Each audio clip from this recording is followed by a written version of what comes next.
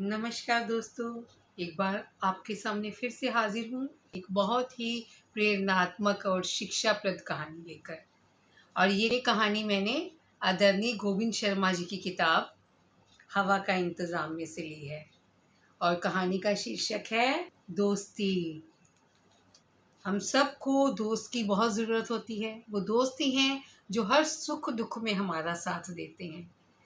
तो आदरणीय गोविंद शर्मा जी ने इसमें जो दोस्ती दिखाई है ना अपनी कहानी में, ज़रा ध्यान से सुनिएगा, आपको बहुत कुछ सिखा के जाएगी ये कहानी।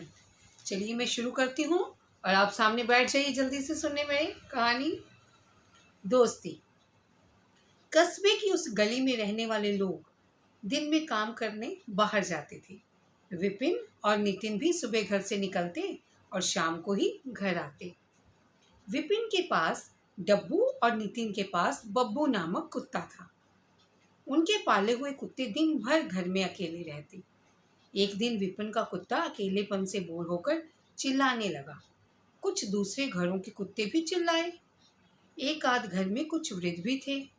वे भी बाहर निकल आए ये देखने के लिए कि क्या हुआ है, कुत्ते क्यों इतना भौंक रहे हैं, कुत्ते क्यों चिल्लाए हैं। पर किसी के कुछ समझ में नहीं आया। एक दिन फिर विपिन का कुत्ता उसी तरह चिल्लाया जैसे उसे कुछ दर्द हो रहा हो। उस दिन नितिन के कुत्ते से नहीं रहा गया। वह किसी तरह घर से बाहर आकर विपिन के घर पहुंच गया, लेकिन वह विपिन के घर के भीतर नहीं जा सका। बाहर के गेट के पास भीतर डब्बू और बाहर बब्बू।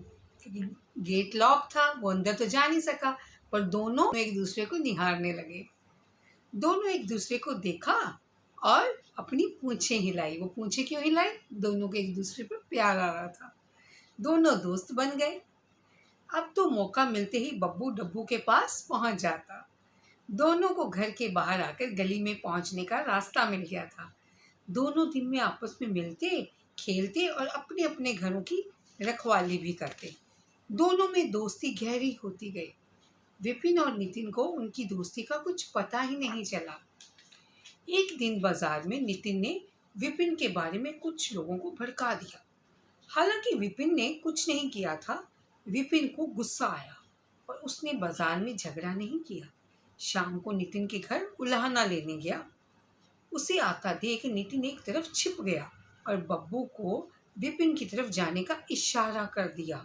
बब्बू तेजी से विपिन की तरफ भाग गया। ऐसा लगा जैसे वह विपिन पर हमला करेगा, पर यह क्या, बब्बू तो उसके पास जाते ही रुक गया। उसे सूंघा और अपनी पूंछ हिलाने लगा। अचानक विपिन से लिपट भी गया। देखिए, जानवर भी प्यार की भाषा खूब समझते हैं। यह देखकर विपिन और घर के भीतर से देख रहा नितिन दोनों हैरान रह गए।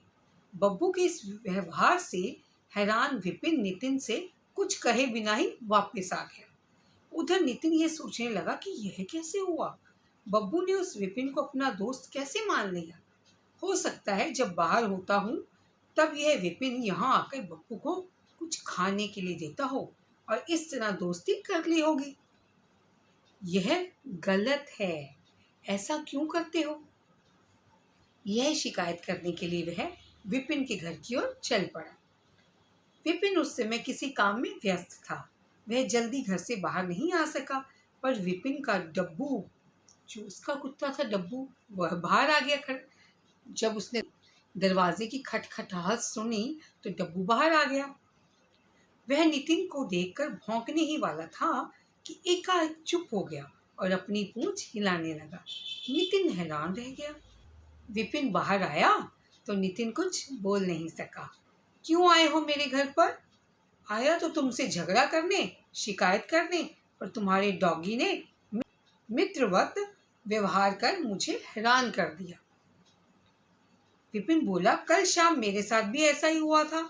मैं भी तुम्हारे डॉगी के व्यवहार से अभी तक हैरान हूँ। वे दोनों ऊंची आवाज में बात कर रहे थे।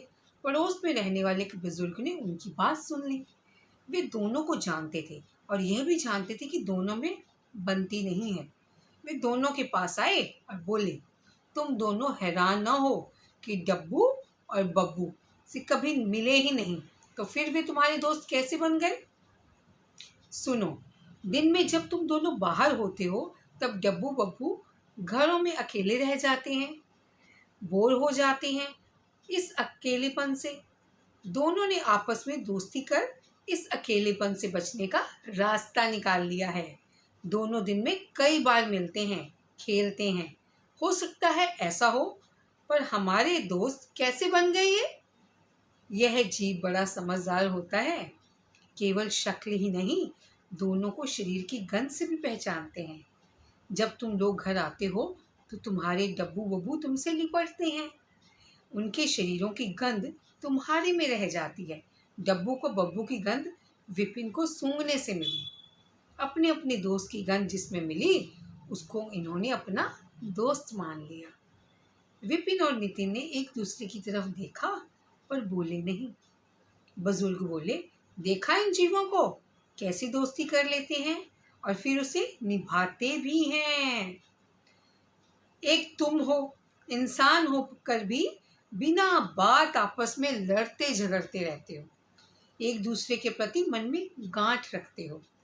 अब विपिन नितिन ने फिर एक दूसरे की तरफ देखा और मिलाने के लिए हाथ आगे बढ़ा लिया। तो देखा दोस्तों, अपने अपने कुत्ते की वजह से उन्हें कितनी सुंदर शिक्षा मिली। हम लोग भी जरा सी गलत फहमी से कितने सुंदर और प्यारे रिश्ते कई बार खो देते हैं, और वो रिश्ते कई बार हमसे इतनी दूर चले जाते हैं। हमारे मन में पछतावा होने पर भी ना, हम उन रिश्तों को दोबारा एक अहम की वजह से जोड़ नहीं पाते। पर ये गलत है। ज़िंदगी बहुत छोटी है, इसमें जितना हो सके एक दूसरे के साथ प्यार बांटिए, मेल मिलाप रखिए। अगर दिल में कोई गलत फहमी है उसे दूर कीजिए। बहुत अच्छे रिश्तों को गवाइए मत। ये रिश्ते बहुत कीमती हैं, दोबारा हाथ नहीं आते। तो बहुत सुंदर शिक्षा दी है आदरणीय गोविंद शर्मा जी ने अपनी कहानी में।